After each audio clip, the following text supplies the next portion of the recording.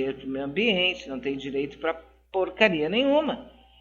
Porque as pessoas que estão realmente tratando da coisa de forma absolutamente ilegal, irresponsável e criminosa, elas são deixadas de lado. Então você vê assim, ó,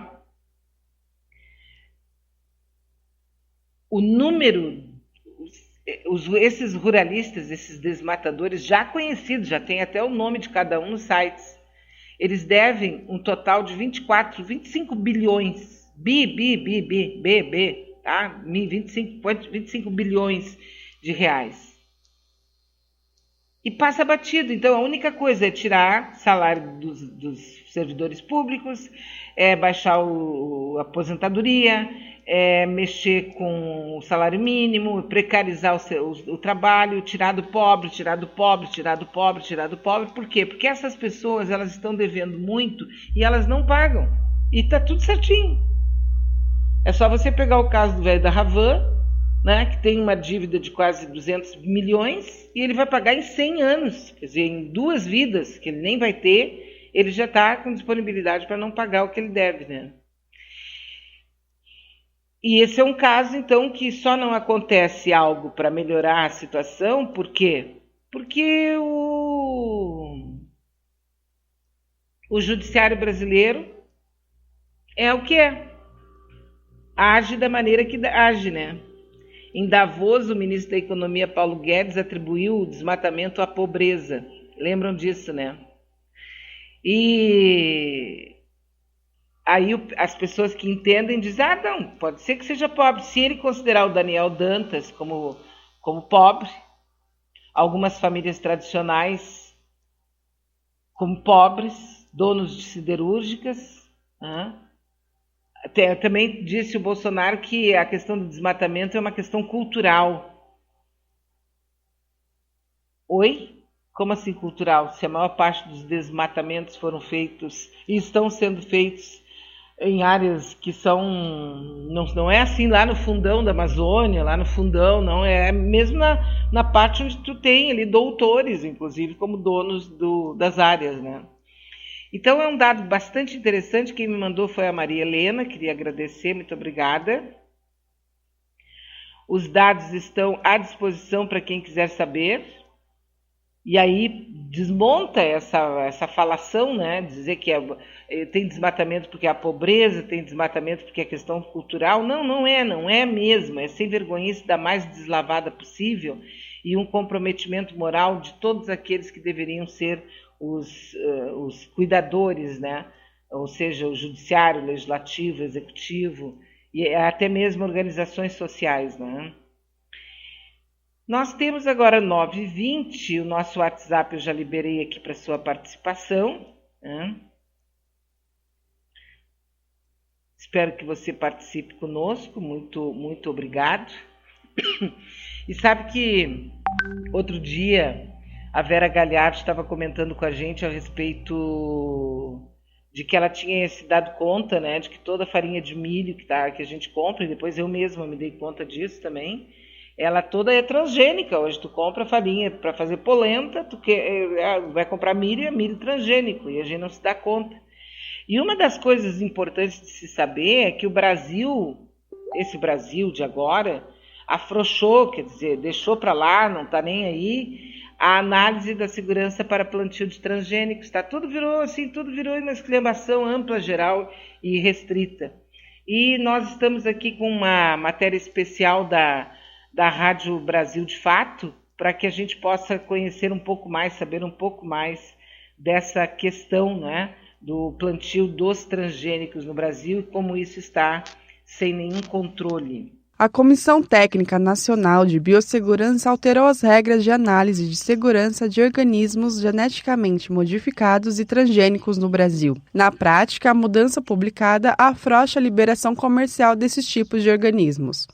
Desde o início de janeiro, está valendo a instrução normativa que libera a necessidade de monitoramento de organismos, que a Comissão Técnica considera de risco negligenciável. O coordenador adjunto do Fórum Gaúcho de Combate aos Impactos dos Agrotóxicos, Leonardo Melgarejo, considera preocupante esta decisão e a desqualifica. A CTNBio, no caso dessa nova normativa para avaliação de plantas transgênicas, ela estabeleceu um critério que até, parece piada, eles falam em risco negligenciável, dizendo assim, se o risco for considerado tão pequeno a ponto de ser negligenciado, mas não se estabelece quanto é esse risco, se permite um critério subjetivo onde alguém em algum momento vai dizer, não, isso não é tão relevante. Melgarejo questiona que cálculos serão feitos para avaliar se os riscos são desprezíveis. Pois dependendo da população, dependendo do universo, esse percentual que pode ser considerado irrelevante do ponto de vista estatístico afeta muita gente.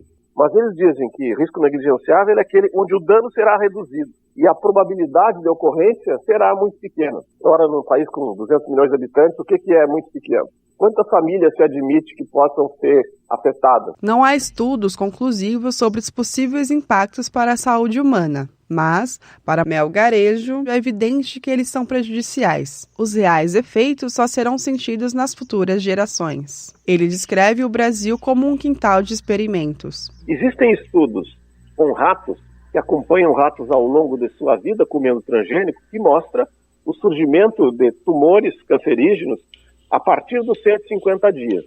E esses sintomas, se nós fôssemos comparar nos seres humanos, seriam coisas que apareceriam lá aos 40, 50 anos. Nós não estamos comendo transgênicos há 40, 50 anos. Talvez surjam processos cancerígenos nos seres humanos nessas regiões, assim como surgiam nos ratos analisados pela Universidade de Caen na França, daqui a alguns anos. É possível que esses processos de transformação estejam acontecendo lentamente. A instrução normativa foi aprovada por unanimidade pela Comissão Técnica Nacional de Biossegurança. A equipe é composta por pesquisadores de notório saber e, em governos anteriores, tinha representantes do Ministério do Desenvolvimento Agrário e da Secretaria da Pesca. As cadeiras que eram ocupadas por esses representantes ainda existem, mas, segundo Melgarejo, estão hoje sob a influência do Ministério da Agricultura. Em outubro do ano passado, o Ministério Público recomendou que o Brasil precisa ampliar a análise dos transgênicos, justamente o oposto que a nova instrução normativa impõe. De São Paulo, da Rádio Brasil de Fato, com reportagem de Nara Lacerda, Marina Duarte de Souza. Veja só, não é? O quanto nós vamos ficando disponíveis, quer dizer, de repente eles dizem, olha, pode ser que cause problemas, mas é uma porcentagem muito pequena. E nós estamos falando do futuro, nós estamos falando da vida, é que realmente a quadra, esse tempo que nós estamos passando aqui, é um tempo nebuloso, cabuloso e sinistro. Mas também temos que pensar que isso vai passar, né? A vida vai continuar com a gente, sem a gente, comigo, semigo, a vida vai continuar, né?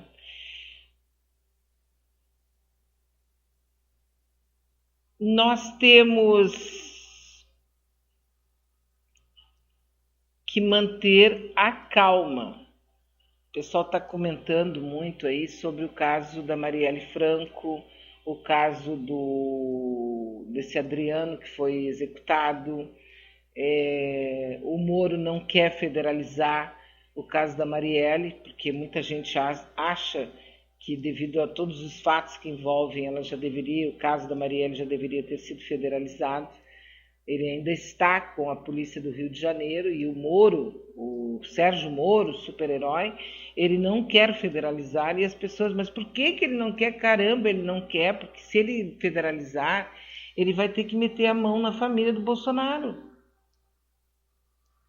Porque todos os caminhos, todas as implicações, todos os processos chegam naquele momento lá, não é, da Marielle com a família do Bolsonaro, com o próprio Carlos Bolsonaro, o fato de o assassino da Marielle estar ali no mesmo condomínio da família do Bolsonaro, quer dizer, não tem como. E hoje tem um dado super importante, né? Muito importante, é que a polícia já determinou que a voz de quem autorizou a entrada do assassino da Marielle no condomínio onde morava o Bolsonaro não é a voz do porteiro, aquele que negou tudo depois de um certo momento. Não é a voz dele, já está confirmadíssimo que não é. seria realmente a voz daquele outro miliciano que morava no mesmo condomínio. Então tá tudo se fechando em torno da família do Bolsonaro. A família Bolsonaro, dos filhos do Bolsonaro, do próprio Bolsonaro. E como o Sérgio Moro, naturalmente, ele está esperando que o Bolsonaro o coloque no STF, ele não quer entrar em rota de colisão com o Bolsonaro. E para o sistema, o Moro tem futuro, e o futuro do Moro não é perder o poder. Eles querem que o Moro seja presidente da República.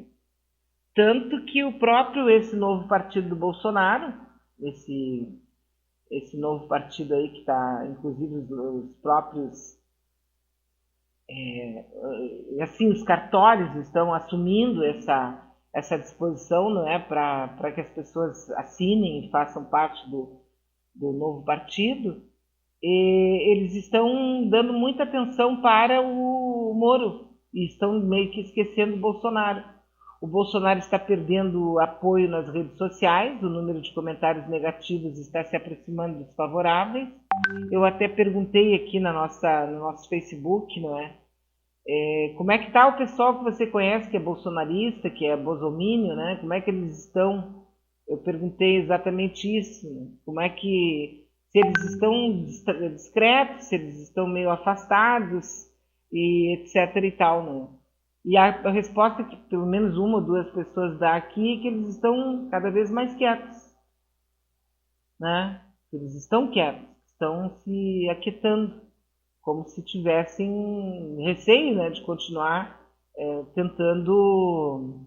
A Lília diz estão calados, a Tânia Barbosa, alguns estão calados, mas ainda tem os que defendem, muitos já não defendem o Bozo, mas continuam falando mal do Lula e do PT. O Emerson Oliveira diz continuam, mas cada vez mais parecem pessoas para criticar e são sempre os mesmos. Então, quer dizer, a gente está vendo que há porque nós temos um negócio muito importante aqui no Brasil, acho que no mundo todo, não é só aqui, é fulanizar o papo. A gente sabe que o projeto que nós estamos vendo do Bolsonaro, do Guedes, do Weintraub, de todos, do próprio Mourão, isso é um projeto. É um projeto que nem é brasileiro, é um projeto mundial de destruição da nação brasileira. Ontem aquele presidente dos Estados Unidos lá, Donald Trump, deu mais um pontapé fantástico na bunda do Bolsonaro, porque simplesmente inviabilizou o Brasil um pouco mais comercialmente falando, né? Quer dizer, o Brasil perdeu o status de país em desenvolvimento. É um negócio assim que nós que somos aqui da planície, nós que somos pessoas do povão e tal, a gente nem consegue entender muito bem, mas é um enredo sinistro, assim, é uma coisa, sabe, importante, mas é mega. E aí, na nossa vida, no nosso dia a dia, no nosso feijãozinho com arroz, a gente nem chega a elaborar esse tipo de coisa, né? Mas o Bolsonaro está no meio de tudo isso e é de uma família que tem problemas que foram criados ao longo dos 28 anos, quase 30 anos, que ele simplesmente usurpou o direito de ser representante do povo e o povo do Rio de Janeiro aceitava isso, porque o povo do Rio de Janeiro e o povo de São Paulo, se tu olhar hoje a situação tanto da cidade de São Paulo quanto da cidade do Rio de Janeiro, tu vai ver assim que realmente aquela irresponsabilidade deles com relação à escolha dos seus representantes só poderia chegar onde está chegando. No estado de São Paulo, a situação em termos em termos viários, de meio ambiente, deslizamentos de terras, enchentes e tudo que está acontecendo lá é um negócio. Ontem parecia que o Katrina tinha passado por São Paulo. Não é verdade? A gente olhando ali as fotos, parecia o Katrina. Só não tinha, claro, não era um hurricane, assim, não é? Não teve 300 km por hora um vento, mas a cidade ficou totalmente arrasada. E no Rio de Janeiro é aquela outra situação também dantesca, que passa muito mais ainda pela questão da violência, onde um ex-governador está preso e vai cumprir 400 anos de cadeia e agora está botando a mulher dele no rolo, que é o Cabral, né? É outro papo. E tudo isso parece que é de um povo assim que não tá nem aí, tá? Então bota qualquer um, eu não gosto de fulano, eu vou votar no Beltrano. Eu não gosto, não vou com a cara de fulano, quer dizer, não tem nenhuma responsabilidade que você está decidindo.